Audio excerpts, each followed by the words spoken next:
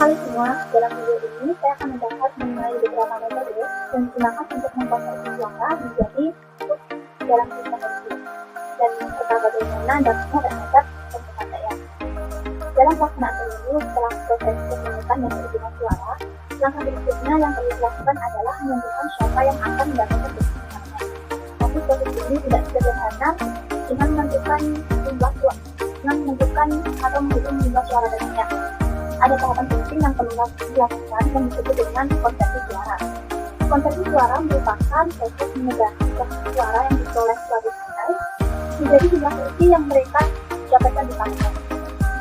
Metode konversi suara inilah yang menjadi kunci karena setiap metode bisa menghasilkan kekuasaan yang berbeda meskipun mengacu pada data suara yang sama.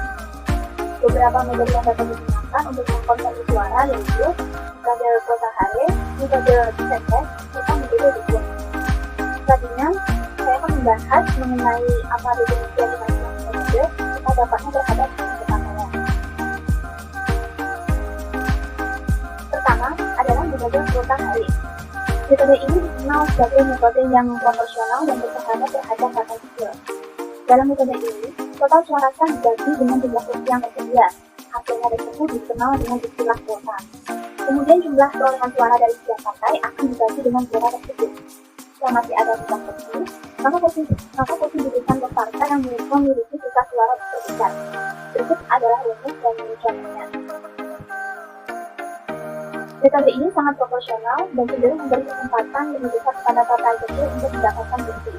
Namun, metode ini juga dapat berpotensi menyebabkan adanya fragmentasi parlemen karena terlalu banyak partai kecil yang lolos.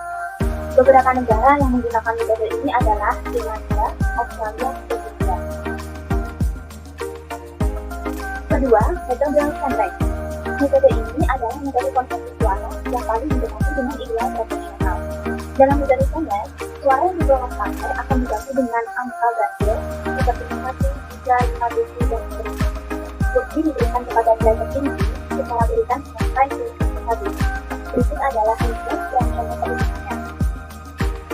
Untuk angka perhitungannya, dimulai dengan membagi suara setiap partai dengan deret bilangan ganjil, dan dimulai dengan angka 1, 3, 5, dan seterusnya. Langkah berikutnya, mengurutkan hasil pembagian dari yang tertinggi ke yang terendah. Terakhir, mengalokasikan kursi berdasarkan urutan tersebut hingga kuota kursi tertentu.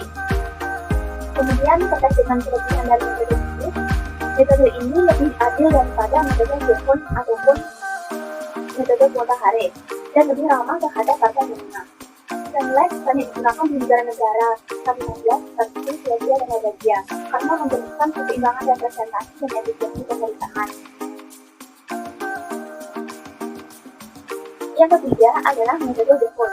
Metode Dukun identik dengan kecenderungannya yang menguntungkan partai besar. Secara struktur, metode ini mirip dengan metode Sandwich, tetapi bilangan pembaginya adalah angka bulat biasa yaitu 1, 2, 3, dan seterusnya. Berikut ada rumus dan contoh perhitungannya. Untuk langkah perhitungannya, dimulai dengan membagi suara setiap partai dengan deret bilangan bulat biasa, yaitu 1, 2, 3, dan seterusnya.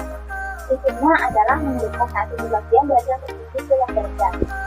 Dan yang terakhir, mengalokasikan kursi berdasarkan urutan tersebut hingga kuota kursi tertentu. Kemudian terkait dengan dampaknya, berkebalikan dengan metode Kota-Hare yang cenderung menguntungkan partai kecil, metode Dukun cenderung menguntungkan partai besar karena penurunan nilai suara terjadi lebih lambat.